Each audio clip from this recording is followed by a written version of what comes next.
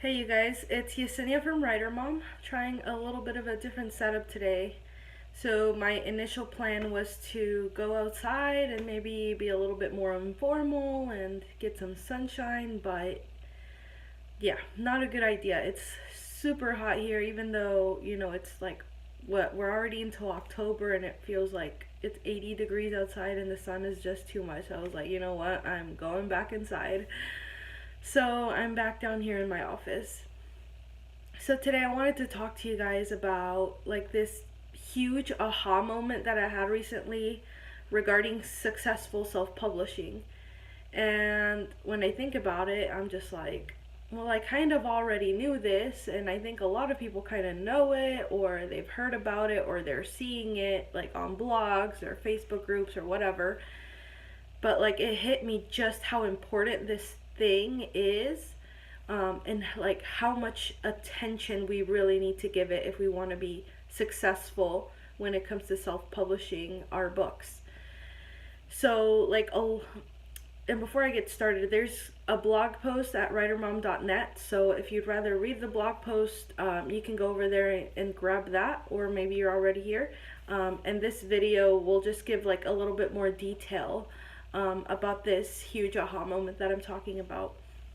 But basically, I feel like a lot of us, when we start out, we get this basic advice, and you'll kind of hear it everywhere you go, podcasts, blogs, Facebook groups, and everybody tells you, when you're starting out, it's so important to have, when you publish your first book, it's important to have like a professional, really good cover that fits your genre, of course, and to have your book edited, like minimum proofread by somebody, and catch those typos and missing words and everything. Um, and that's true. I completely agree with that. If you can, try to pay someone to design a cover for you. There are very few of us who just like naturally have an eye for what looks good and know what's going to do well in the genre that we're writing in. Like it can be really hard to get that right and know what the trends are and how to work all these online tools to, make a cover look really good and convey our genre. So if possible, like try to find a good designer.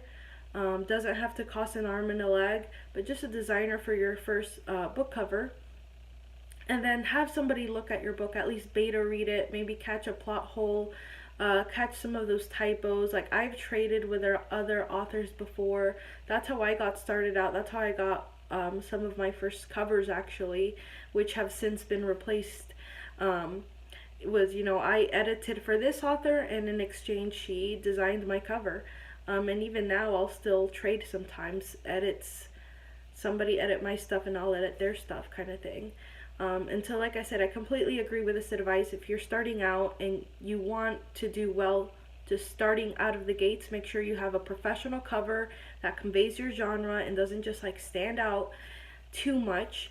And then get your book edited at very minimum proofread. But I feel like something else that really needs to be emphasized right now, especially when it feels like there's just so much competition and it's harder than ever to like get your foot in the door. I think it's so important that we pay a lot of attention towards like keeping our readers hooked, keeping our readers turning pages, our pacing, and like writing like a really great story. I feel like that's another piece of advice that I hear a lot, is like make sure you have a good story. That's true, but like to expand on that is like make sure that not just, yeah, it's great if your book is like grammatically correct and you have all the commas where they need to go and that kind of thing. That's cool, but more importantly than that, I would say, is make sure you have an amazing story. Make sure that you're hitting the tropes that your readers are expecting, and you're giving them no choice but to keep turning pages. And that's easier said than done, but like I feel like a lot of us don't even pay attention to that as much as we should, and like that's hurting us. And so we put out this book, and it has a good cover, it's been edited, like we caught as many typos as we could, and then the sales are okay, and you wonder why. And I think a big part of it is your story. Like are you hitting those tropes that the readers want? Are you boring them right away? Like, they start chapter one and they're like, this isn't that great. Like, I know a lot of, like, as a reader, a lot of what I do, like, if I'm considering buying a book, I'll go read a sample. If I'm still undecided, I'll click the look inside and I'll read. And if it grabs me, I'll buy it and I'll give it a try. And if it doesn't, then I'll skip it. And so I think your first chapter, especially, really needs to just grab your readers right from the first sentence. Don't give them a choice than to just keep reading the next sentence and the next sentence and the next sentence. And then when they finish reading that first chapter, they're like, I have to read the next one. And then that first sentence is just like, bam, like, I can't stop reading this. I have to keep going. Like, I know I've heard of people reading books and they're like, I don't know why I'm still reading this. This isn't like the best writing. It's not that great. And yet the pacing is just like, things are happening, bam, bam, bam, and like, you just can't stop reading because the pacing is just on point. Sorry, Luna just came in. If it's not my human child, it's my cat child here interrupting. Yep, there she is. Hopefully she won't knock down my phone. But yeah, you just really, really need to pay a lot of attention to this. Get some beta readers. If you already have a small fan base, you'll be surprised that, like, you can get like 1 or 2 readers to read a few chapters of your book and tell you, like, is this grabbing you? Like, where were you bored? Or again, like, a fellow writer who maybe has experience publishing in your genre and like they know what they're talking about. Like, ask them to read the first few chapters and give you some honest feedback. Like, is this working? Is this grabbing you? Is it boring you? Am I hitting the tropes? Is this whole first chapter fluff? Do I need to cut it out? Like, I know I've done that. My last couple of books of this new series, the very first chapter that I shared with my critique group, they were like, yeah, you just need to cut this whole section out. Like, the story really starts over here. And I think what I was doing was that, like, that first chapter, I was like getting to know my characters and feeling them out, and the reader, like, it wouldn't have been engaging for them. Like, it was just me trying to figure out the story. And then in the case of this second book, it's like, okay, me getting familiar again with these characters. And so I'm like, okay, just need to chop that whole first scene off because it's not really doing anything. The readers aren't engaged. So, and that really needs to be your number one priority. Make your first chapter like awesome, like the best thing you ever wrote. Like, cut as much as possible until you're only left with like the really good stuff. And those readers can't help but just like read the next chapter. And then if you're writing romance especially, like, you need to introduce like your love interest right away. Like, I know that's a huge thing that I've learned recently is like, you don't need to be introducing like all these different characters, just like your main character, like what's going on with them, like give a hint at their character arc, what's their goals, what are they struggling with, and then like introduce the love interest. Get the reader interested in that and intrigued and make them want to find out more, like, what's gonna go on with them. And then in the case of tropes, like, make sure you're hitting like if you're doing like a Cinderella trope, like I did with my first book, hashtag the real Cinderella. So this is a Cinderella retelling, and so with this trope, there comes like different points that you need to hit in order to satisfy the readers, or they're gonna be left like confused, or like they thought the story was okay but there was something off. And then you're gonna see that reflected in your reviews or even in your sales, again, if they sample it and then they're like, no, this doesn't feel quite right. Make sure you're hitting those points. So like with a Cinderella retelling, you've got to have some kind of like evil stepmom, evil stepsisters, like those characters, they need to be there. There needs to be a fairy godmother character. In my case, mine's a little bit more like unorthodox, I guess. But there's a fairy godmother figure in there, someone who provides Cinderella with her dress and her glass slippers and everything for the night. And then there's like, the Prince Charming, and they're gonna meet and he doesn't know who she is. She has her Cinderella moment where she's, at the ball, except in this case it's high school, and so it's a dance. And you know, everybody's gonna see her and be like amazed that she looks awesome and she's beautiful and she's got this, they don't even recognize her because she's just transformed. Sorry, Luna's like right there.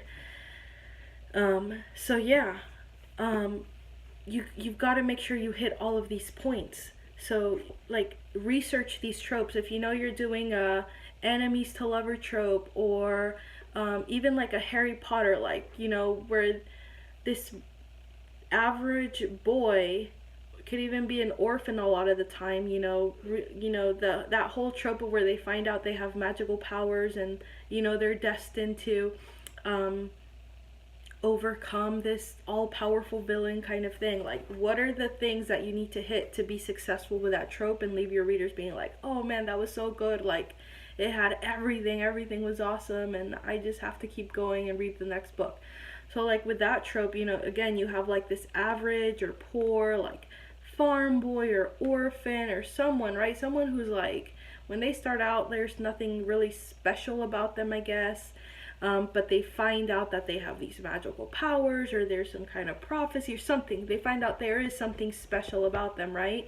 And they go from being like this average boy, farm boy, orphan, or whatever, to like, bam, you're the chosen one, and you're destined to like battle this all-powerful villain and blah blah blah. And they have to learn how to like one of the points you have to hit with that trope is like where they accept their calling. So at first they're gonna be like, nope, I can't do that, I'm not special, I don't know what I'm doing, I don't know any kind of magic, I don't know what you're talking about. And then they accept their calling and their destiny, that they're the ones who have to go up against and win against this villain, right? And usually there's a mentor, this kind of secondary character figure who's there like pushing them on, giving them advice, who's there for them, usually somebody older and wiser, right? And maybe there's like some kind of like funny sidekick, like in Harry Potter it's Ron, right? And so just like research these tropes, make sure you have all of those little puzzle pieces in your story, because that's really what readers are looking for. So that's kind of like on a big picture level what you need to do. On a smaller level, like look at your sentences. Look at the beginning of every single chapter in your book, the very first sentence. If you just read that sentence by itself, would you want to keep reading? And then again at the last sentence, does it make you want to keep reading? And sometimes it's hard to be objective because it's your stuff and like you've already read it 1,000 times. This is where you ask your readers, you ask a beta reader, a friend who also publishes in the genre, that kind of thing. And so yeah, it all just comes down to that. Like so many of us just don't even pay attention to that. Like, we know this, we've heard of it, yeah, right to market, I need to write something that readers want and make sure there's a market for it so the book will sell itself, blah blah blah. But really, like, how much attention are you paying to this? Like, I think even with this series, like even just now, like I'm writing book 3. So I published book 2 like about a month ago, and the next book is coming in about another month. And like even like I've got 2 books that are written to market, they're doing pretty well, and even just now, like I'm just starting to realize like I really need to pay even more attention to this, because I was before but not really. Like I wasn't fully aware of how important this is. I see like all these other authors in my genre killing it, and like it boils down to this. Like their title is on point. The title tells you what the trope is, and the cover is like what's hot right now, and the writing is good, but it doesn't have to be perfect. What's important is they hit all those tropes, and you just have to keep flipping pages. And that's what really makes their books sticky. Like I've seen some of these authors just, their books are just like super sticky on the charts. Like they're not going anywhere, and they're just, you know, bringing in all the money and being extremely successful. And it boils down to this, you know, like they know what they're doing. They know that like having a story that hits the tropes and chapters that just make you keep going to the next one, they know that's paramount to like a sticky successful book that sells. And so they're doing that. Their number one priority is just that. Like they care about not having typos and stuff, but that's not their number one thing. Like their number one thing is putting out a book that sells, and a book that sells focuses on on the tropes, on filling a market that doesn't have enough books in it, that has tons of readers waiting for more really good books, and making sure everything from the title to the cover to the very first sentence in that book all the way to the last is like satisfying that reader. So yeah, something to think about today. And as you go on publishing your next book, like, it's okay if you've already published a few books and you're just now realizing this. Like, these are books like what, like 11, 12 for me, and I'm like just now really realizing this and like acting on it and being fully aware of it. Like, just do better with your next book. Like, with each book that you publish, try to do a little bit better and try to push it a little bit higher and see what you can do and what you can learn each time. So it's okay. I had 2 completed series that I just unpublished forever. So it feels a little bit like I'm starting over, but I'm starting over like with all this awesome knowledge of like how to succeed going forward, and I'm really excited. I'm like bringing out like these books, these past series. I used to have 8 books in my backlist, and now I'm down to like 0, you know, not counting the 2 books in the current series. And I'm okay with that because I know like the 2.0 version of these books are going to be like 1,000 times better. Like, everything from the cover to the title to the actual story itself. Like, I've come so far, and I know that they're going to do great. And so I'm just really excited. Like, it doesn't matter what point in the journey that you're at, like, you can learn and like apply, like see what other people in your genre are doing, and then you go and do it, and anybody can do this. So yeah, I'm just so excited to be sharing this like aha moment with you and like realizing it for myself, and then like going forward. Like I said, I have a book coming out in another month or so, and then 2 more books after that, and then I have like 2 more series already planned and some other stuff, and I'm just excited for what's to come. Like, I feel like there's so much potential in all of us if we just like do the work and apply what we're learning and work smart. Like, we can do it. Anybody can do it. If I can do it, you can do it. I've been at this since 2013 is when I started writing the very first book in the backlist that I just unpublished. And I wrote my first book in 2011. It was just 50,000 words of like mumbo jumbo. And I'm just now starting to make some real money from my books and like really starting to kill it pretty much. And I'm so excited. I also want to give a quick plug before I go to the Writer Mom Saturday morning newsletter. So if you've been following these videos and you haven't like popped on over to the writermom.net blog, I encourage you to do so. If you want to find out more about this backlist that I just unpublished and why and what the plans are for there and like for that, and then like what I'm going to do to like boost my books and like make, you know, just follow along on my other journey and like everything I'm learning and what I'm doing and why.